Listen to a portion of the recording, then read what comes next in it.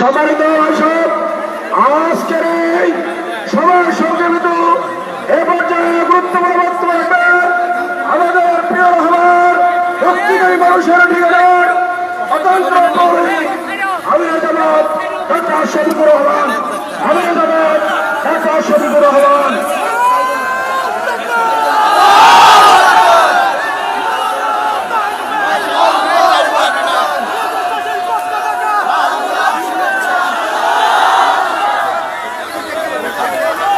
العالمين والصلاة والسلام على رسوله الكريم وعلى آله وصحبه وأهل بيته أجمعين أما بعد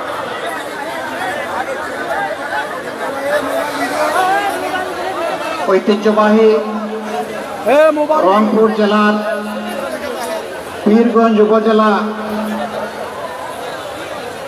বাংলাদেশের দ্বিতীয় মুক্তিযুদ্ধে সোনালী সূর্য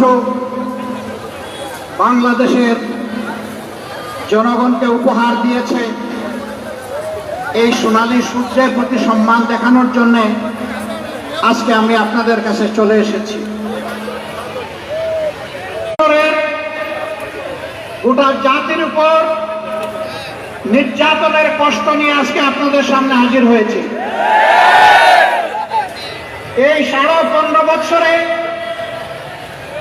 ইতিমধ্যে আমাদের জীবন থেকে 32টা ঈদ বিদায় নিয়েছে, কিন্তু বাংলাদেশের মানুষ ঈদ উদযাপন করতে পারে নাই।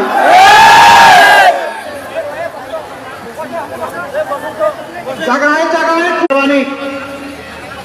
গত 4 তারিখ আল্লাহ তাআলা এই জাতির শ্বাস ফেলার সুযোগ করে দিয়েছেন। এটাকে সকলেই বলছেন বাংলাদেশের দ্বিতীয় স্বাধীনতা যুদ্ধ। আর এই যুদ্ধের মহানায়ক আপনাদের সন্তান, আমাদের সন্তান আবু সাঈদ।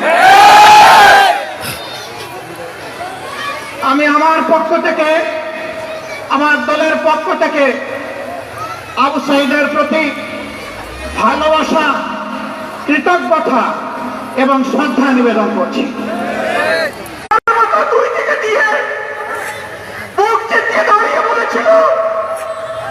বুকের ভিতরে তীব্র জ্বালা, তোদের ইচ্ছা হলে আমার বুকে গুলি কর। ভাষামারা তার মুখের কথা শুনেছে, মুখের ভাষা বুঝতে ব্যর্থ হয়েছে। এই জন্য এদেশে আপনার জনগণের ট্যাক্সের টাকায় কিনা অস্ত্র আর ভুলের দিয়ে আমাদের কলিজার টুকরার কলিজাকে ঝাঁঝরা করে দিয়েছে। আমরা ধিক্কার জানাই। এই কাজ যারা করেছে তারা মানুষ নয়, তারা পশু। এই পশুদের বিচার অবশ্যই হতে হবে এবং ইনশাআল্লাহ এই বাংলার মাটিতে এদের বিচার হবে। শুধু গুলি করানো। আলহামদুলিল্লাহ, তুইজ্জু মান তাশা ওয়া তুযিল্লু মান তাশা বিয়াদিকাল খায়র। ইজ্জত এবং বেইজ্জতের চাবি কার হাতে? কল্যাণের পুষ্পফলক কার হাতে? আল্লাহ তাআলার হাতে। সেই আল্লাহ তাআলা সম্মান দেওয়ারও মালিক, অপমানিত করারও মালিক। আল্লাহ তাআলা ক্ষমতা দেন এবং ক্ষমতা নেন। ক্ষমতায় কি হুঁশ থাকে নাই? বাংলাদেশের মানুষকে নিজের সম্মানিত ভাইয়েরা, আমি আর কথা বাড়াতে চাই না। আল্লাহ এই মাটিকে ইতিহাসের অংশ বানায় দিবে। এই গৌরব শুধু আপনাদের, আপনাদের এই সন্তান, এই মুক্তিযুদ্ধের মহানায়ক, তার পরিবার চেয়েছে তাকে বীর ঘোষণা দেওয়া হোক। আমরা বলছি সে বীর নয়, সে তো মহানায়ক। কে ঘোষণা দিল না দিল তা জানি না, কিন্তু বাংলাদেশের 18 কোটি মানুষ এই ঘোষণা দিয়ে ফেলেছে। এটা জনগণের ঘোষণা, এটাই শ্রেষ্ঠ ঘোষণা। এরপরে যদি কোনো সরকার দেয় আমরা তাদেরকে মোবারকবাদ জানাবো। আমরা এসেছি, এদেশের লক্ষ লক্ষ মানুষ, আলিম উলামা, প্রতিবাদী কণ্ঠ, সবগুলোকে স্তব্ধ করে দেওয়ার চেষ্টা করা হয়েছিল, কিন্তু প্রমাণ হয়েছে স্তব্ধ করতে চাইলেই স্তব্ধ করা যায় না। অভিনন্দন জানাই আবু সাইদের যারা সঙ্গী সাথী সেই যুব সমাজকে, সারা বাংলাদেশের যুবক যুবতীদেরকে, ওই যুবক যুবতীদের মা বাবাকে, ওই মাকে যিনি কুলের বাচ্চা বুকে নিয়ে বলেছেন সন্তানদের গুলি করে পাখির মতো মারা হবে আর আমি মা হয়ে ঘরে বসে থাকবো, এটি আমার পক্ষে সম্ভব নয়। আলহামদুলিল্লাহ, এটি ছিল জনতার অভূতপূর্ব উত্থান এবং সেই গণ উত্থানে আল্লাহর শপথ 15.5 বছরের জমায়েত জঞ্জাল জুলুম বেসে গিয়েছে এবং চিরদিনের জন্য বেসে যাবে ইনশাআল্লাহ। যারা এই যা করা হয়েছে, আমরা সেই সমস্ত মাদেরকে আমাদের পক্ষ থেকে সহানুভূতি এবং কৃতজ্ঞতা জ্ঞাপন করছি, যারা তাদের বুকে এতিম বাচ্চাদেরকে করছি, যারা তাদের হক